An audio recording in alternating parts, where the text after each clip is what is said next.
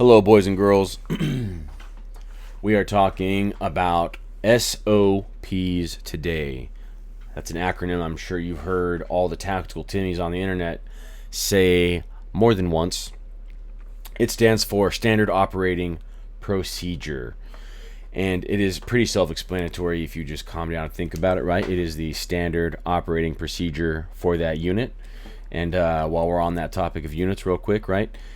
This applies to every unit size, right? So us civilian Goonsday preppers, if you will, probably just have whatever, our team or squad, and that's the end of it. But just so you can think operationally, right?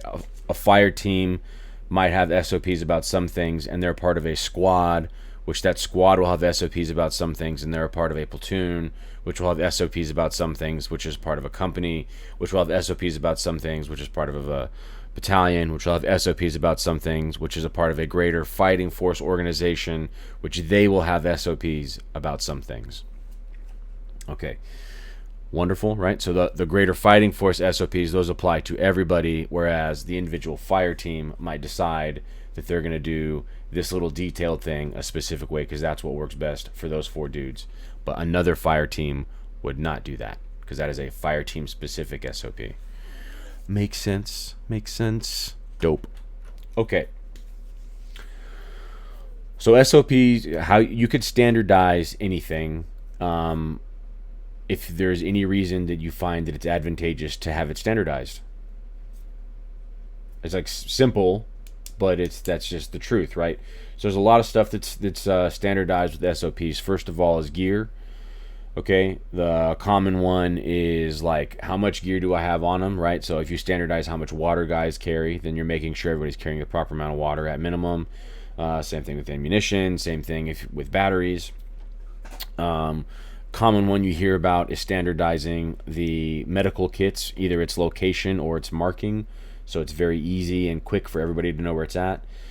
To a similar thought process, units can standardize the location of stuff like maps, radios, where radio operators keep spare batteries so that everybody knows where to pull those if they go down.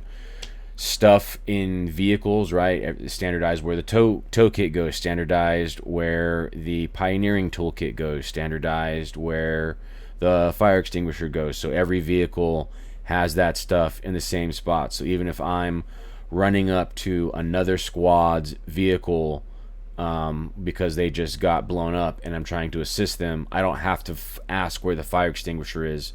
I know every time it's found on the right side of the trunk or whatever the hell, right?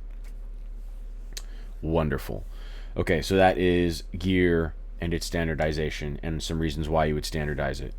Also, uniforms. Real quick, again on gear, uniforms for target identification, friendly or foe identification, right? Having standardized uniforms, patterns, color coordination, even stuff like, again, standardizing what they're wearing and where they're wearing it can also help with identifying who is friend or foe.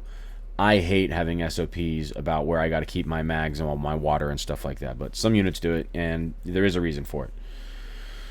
All right, another big one, reports. Standardizing reports on, how to call up a casualty, how to call up the you're in contact, how to call up a situation report, whatever, all the reports.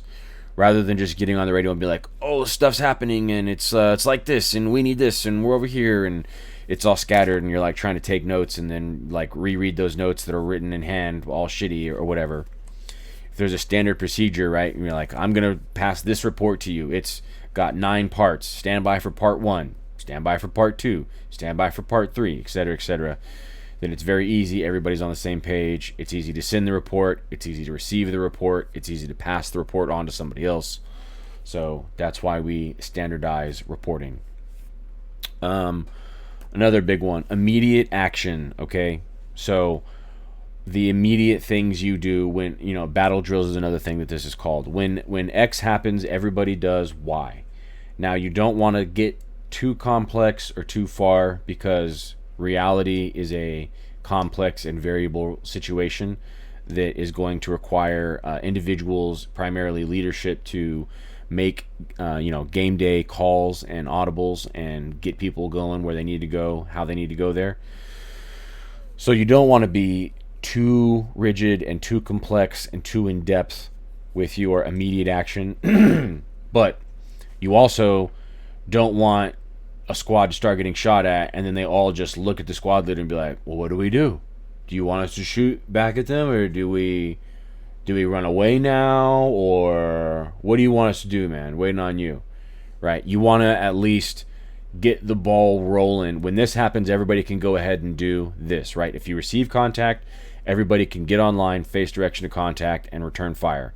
It should take you about 30 seconds. That gives the time, squad leader, team leaders time to assess the situation, decide whether they're going to break contact or whether they're going to press the threat, and if they are going to press the threat, how they're going to do it. So everybody, if we get shot at, fucking start shooting back. That's an easy one, right? So on and so forth, right? Those get obviously much more complex than just that, but there you go.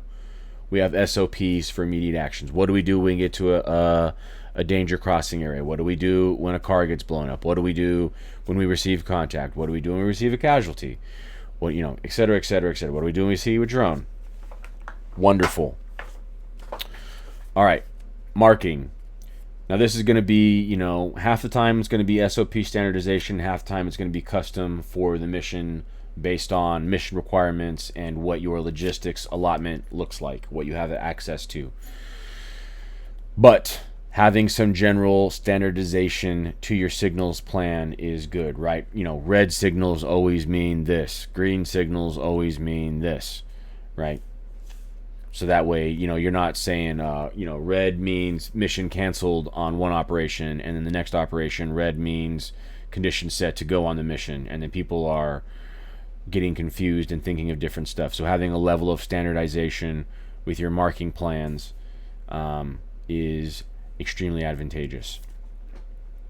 And then last but definitely not least, standards. Standardizing the standards, okay?